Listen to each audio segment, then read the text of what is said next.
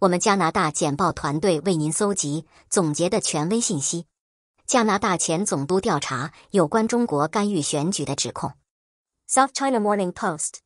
加拿大总理贾斯汀·特鲁多 （Justin Trudeau） 要求前总督大卫·约翰斯顿 （David Johnston） 调查中国在过去2次民意调查中干预选举的指控。此举是在泄露的情报文件之后进行的。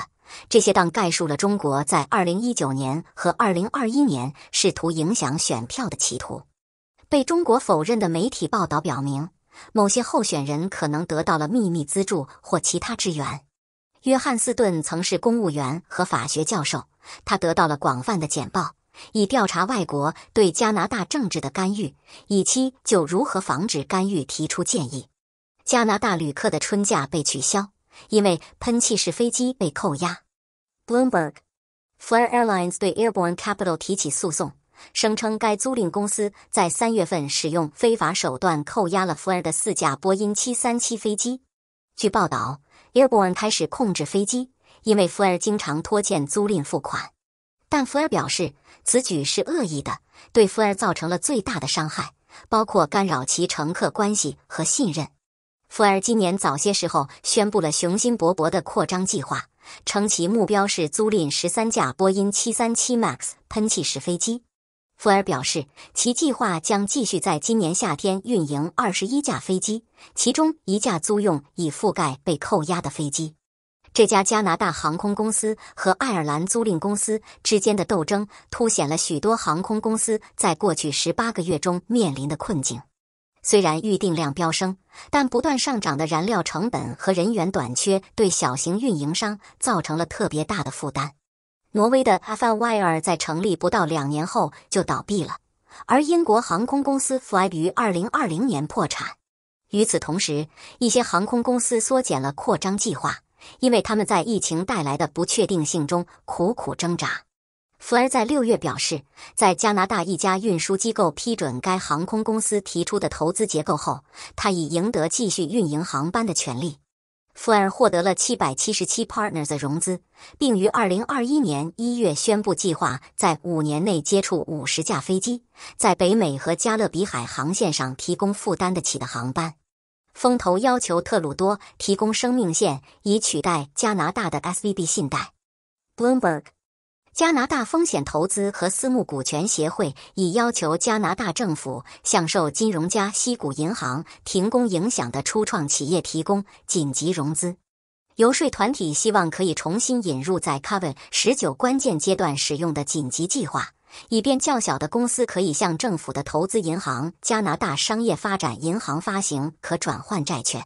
风险投资集团首席执行官 Kim Furlong 表示，由于矽谷银行的倒闭，即使在崩溃之前，仍在苦苦挣扎的加拿大初创企业可能很难找到信贷，取代银行提供的信贷额度和贷款，这可能导致失业。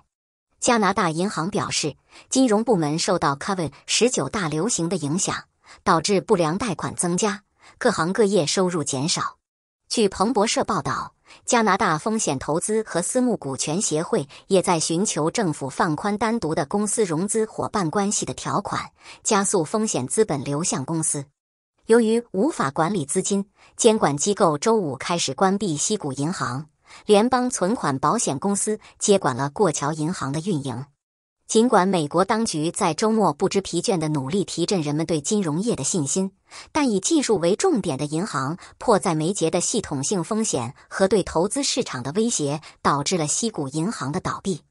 技术包装融资机构的失败可能会影响投资社区和科技生态系统，这可能导致投资下降，从而对初创企业产生负面影响。加拿大风险投资和私募股权协会估计，大约 10% 的加拿大风险投资支援的公司在矽谷银行有存款。科技行业与金融部门有关的潜在系统性风险引起了监管机构对银行管理风险能力的关注，这些风险可能对整个银行体系有害。监管机构正在持续监控该行业的活动以及可能存在的银行系统风险。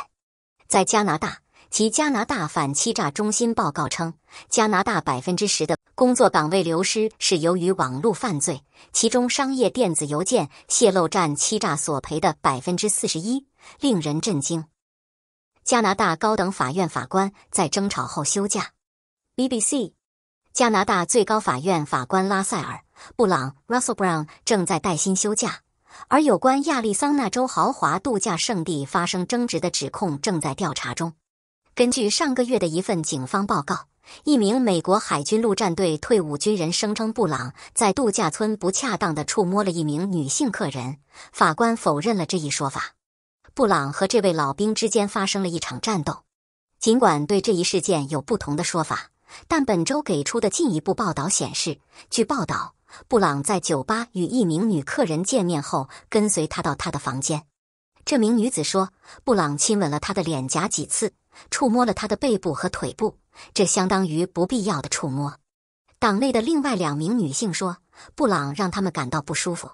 事件发生时，布朗参加了为庆祝一位前同事而组织的晚会。Pornhub 母公司被加拿大私募股权基金收购。Bloomberg， 拥有 Pornhub 的公司 MindGeek 将被私募股权公司 Ethical Capital Partners 收购。作为一个有争议的色情内容供应商， MindGeek 一直卷入围绕未成年女孩视频指控的争议。该丑闻导致 Visa 和万事达卡与该公司断绝商业关系，以及加拿大政府的调查。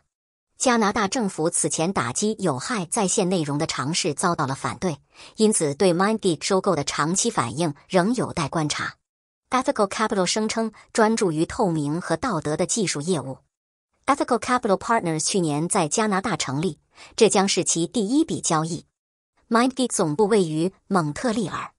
根据流量分析公司 SimilarWeb 的数据， Pornhub 去年被评为全球访问量最大的第12个网站。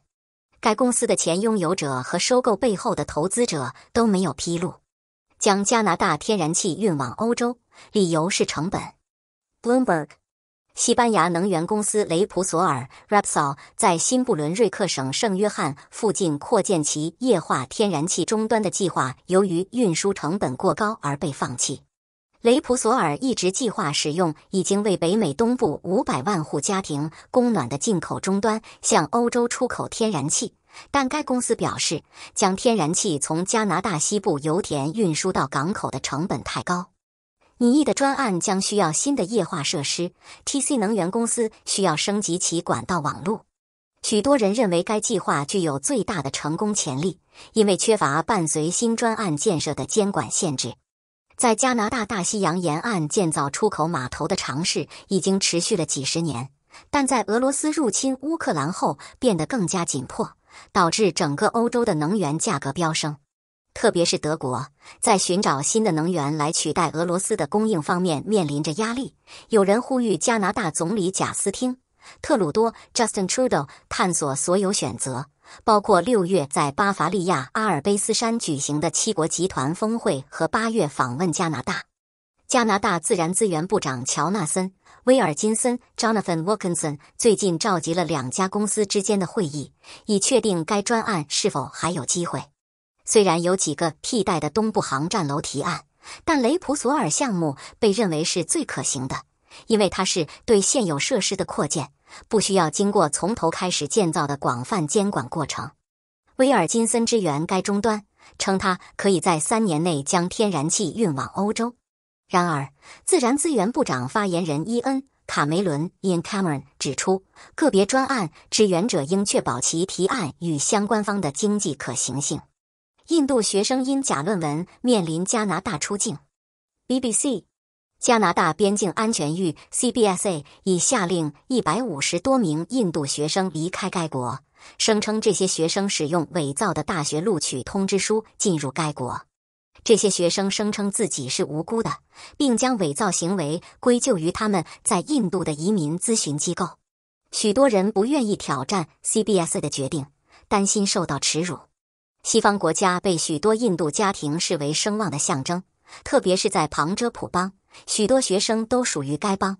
法律专家呼吁印度当局打击欺诈性移民机构，并呼吁申请人更加了解使用未注册移民顾问的风险。谢谢收看加拿大简报。